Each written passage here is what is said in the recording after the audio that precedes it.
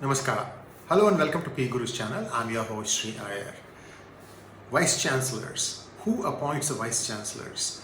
State after state is now trying to prevent its governor from appointing the Vice Chancellor. Remember that education is a concurrent subject, which means both state and center have the right to make changes. Therefore, when states start choosing to say that, look, we don't want the governor to be the one signing off on the vice chancellors, we want to do it ourselves. What exactly are they saying?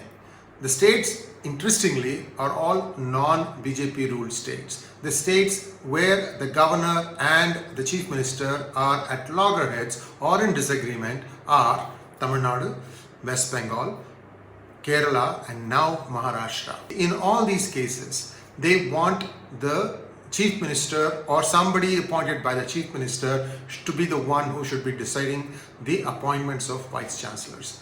You can ask the question, a vice chancellor is somebody who is going to be just presiding over a bunch of universities, 100,000, 200,000 student body.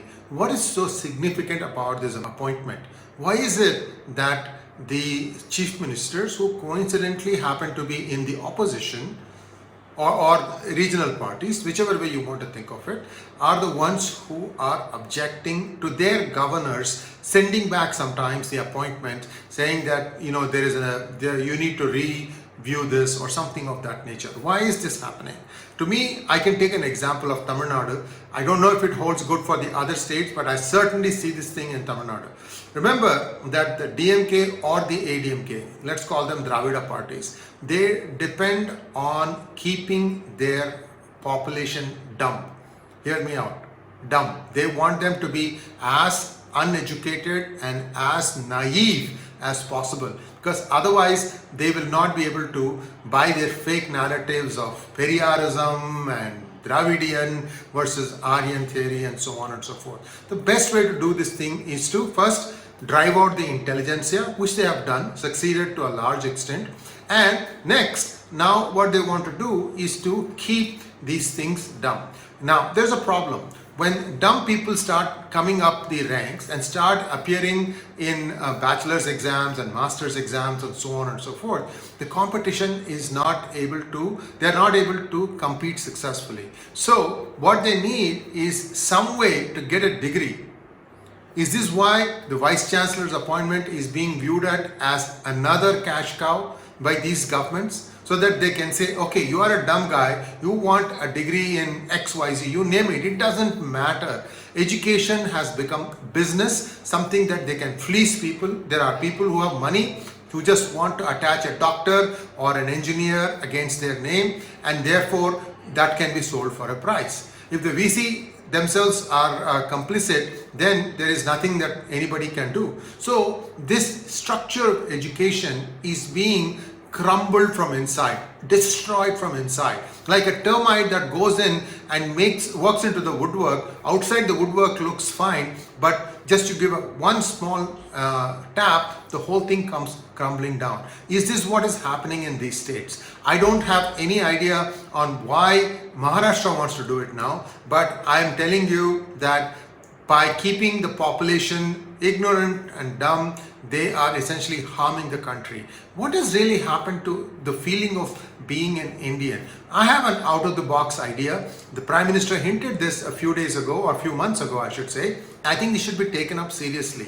Make every child, make it compulsory for every child to be part of NCC, whether it is the boys or the girls, it doesn't matter. Because unless the child starts learning that there is a concept of nation and the identity of the person with the nation, these kinds of things will keep on going. Because the patriotism has been sacrificed at the altar of politics by some of these regional parties.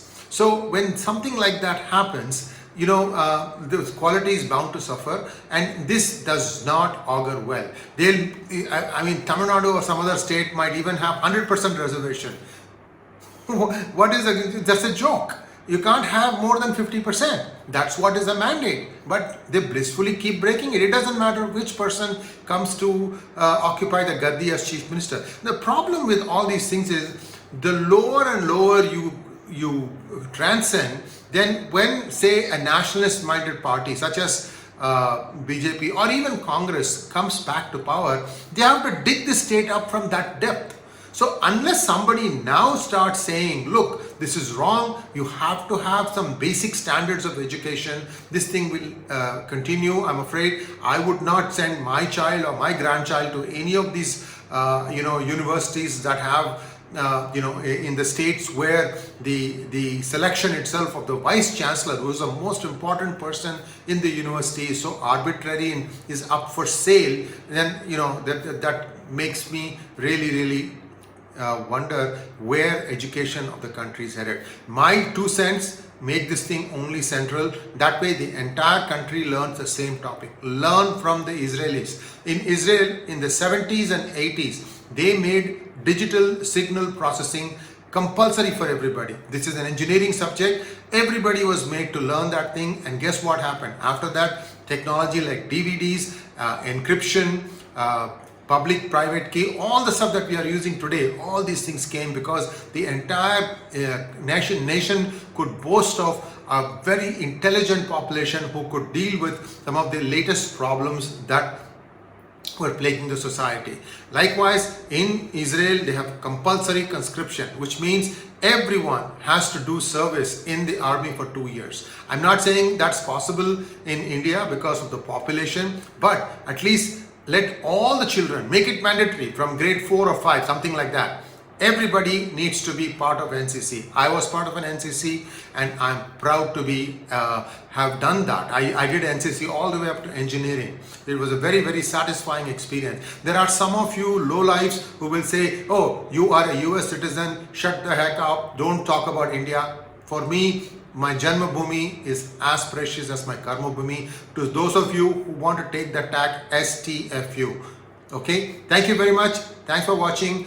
Please like, share and forward the link to this program, and do subscribe to our channel. Namaskar.